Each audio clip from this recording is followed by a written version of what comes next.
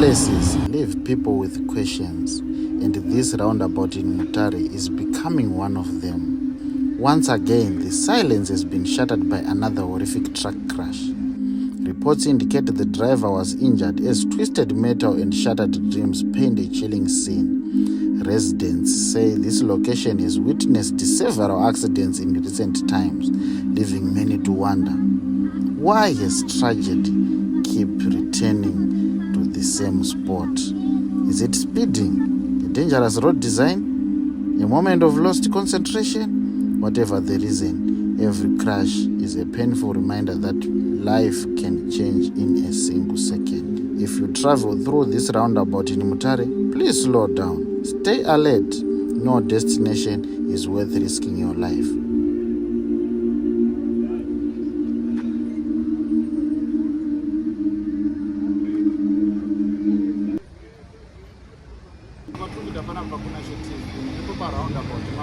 Roundabout ndiyo intersection yekuti wakupinda maMutare panosangana aerodrome naRopa naMagaba.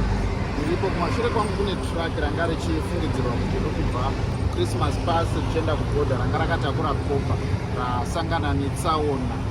Vona vananga ndichitaura navo vanga vachitiwo driver azosvika pakukwara. Matrucks achibva uko anenge mazhinji anoluza mabhureki, saka ndiwo motikiro ndinongofarawo kuti hapana vanhu vakawanda vakwara. Uyezve mutemo wakwanisa kusvika vakamubatsira ezvinezvi ari paMutare General Hospital kana kuti Victoria General Hospital. Saka munofanira kungwarira muchisvika patruck, especially vari matrucks. Chibva kuChristmas Pass vakanyorwa engage low gear, yamaiwo kutora nepamunenge muchikwanisa kuti mutedzere zvinenge zvitaurwa pamutemo. Maagenzi acho ari kuedza kunhongeredza tunhu twake twaaishanda natwo. Zvinguva zvaitika ende tatongoya bhozi unoda kushanda naye. Saka tongoya tichiona kuti lodi ndipo zvakadii zvakachengetedzwa. Okay, yanga yakatakura kopa ikopa ni? Kopa. But haana kukwara driver. Driver akwara, aindosvika. Alright. Saka patakuita planning ona kuti tobvisa sei motikari at the same time nekuchengetedza lodi. Alright. Tasiyaluza mabhireki ka? Yeah, unofanira ungaluza mabhireki bhozi zvatangira kumusoro, so atangira kumusoro pasi. Saka menoti avhindikira pabyo. Alright. Ndiyo ega anga aripo pasina, hapana anga asina munhu akatakura. Ndo wanga ari. Alright.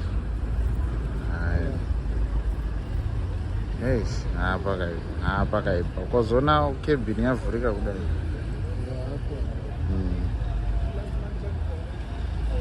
But awana help nekukasika nditi. Hapana problem, zvangoita nokurumidza. Ini ndaitori Mozambique orongofonwa onzi pane chimoda kurisana ndaitongomhanya. Alright. Tingoitese tibatsira bhozi specialities. Okay. Hatina panapo nokurumidza izvi ari pachipatara.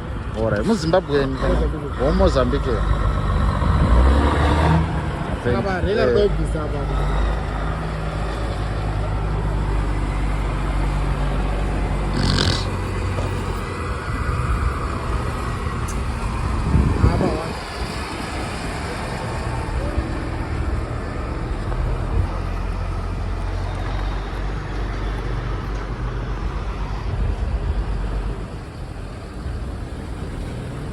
Izvi ndopanozvaisa kutrakira yaraenda kwaVIT. Unowo drive oyo.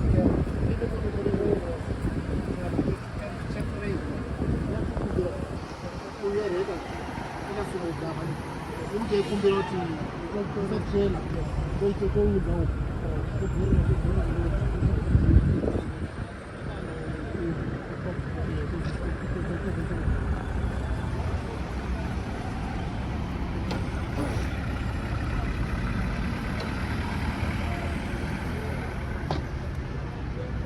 Onde está a minha escuta?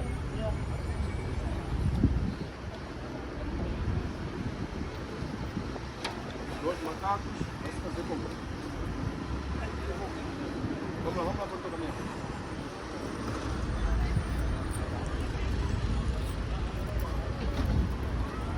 Esse macaco vai se precisar aqui para trabalhar com ele, pode ficar com ele aqui.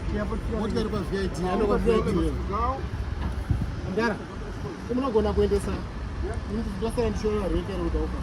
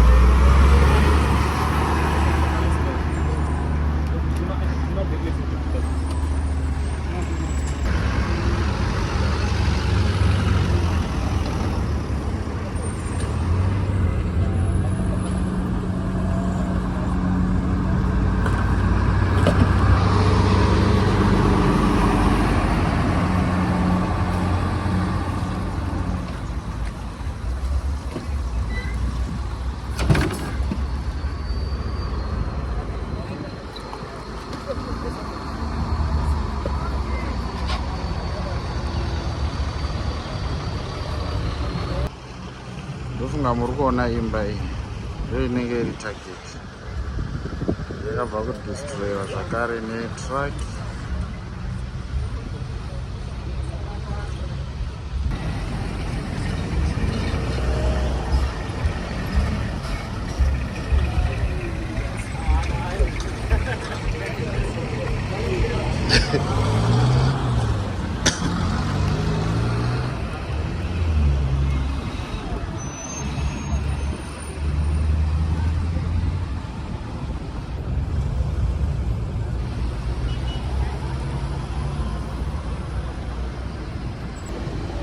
Zviri kurakidza kuti rabva uko vaona apa patori nemamax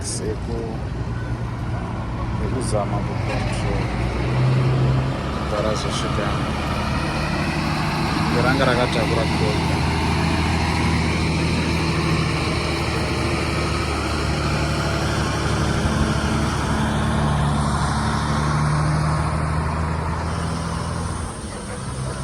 Patori dangerous zvekutodaro.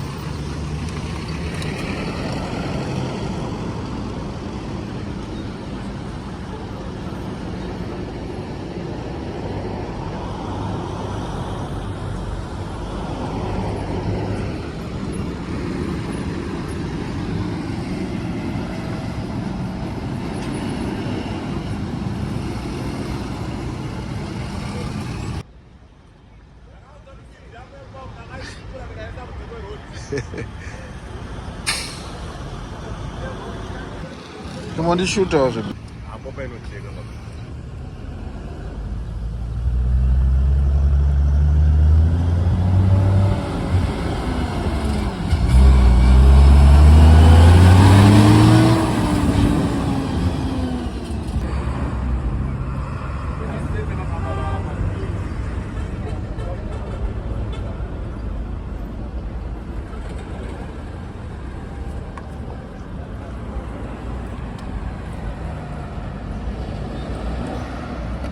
David. Ndawa ndipo roundabout apa pane motikari imwe ita accident apa. Ndipo roundabout apa, roundabout ndipo remamtari. Pane motikari ita accident.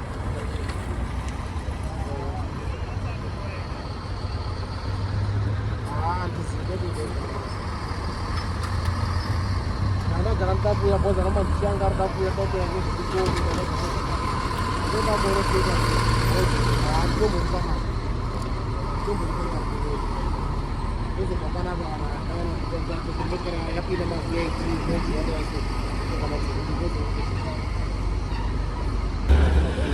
Thank you.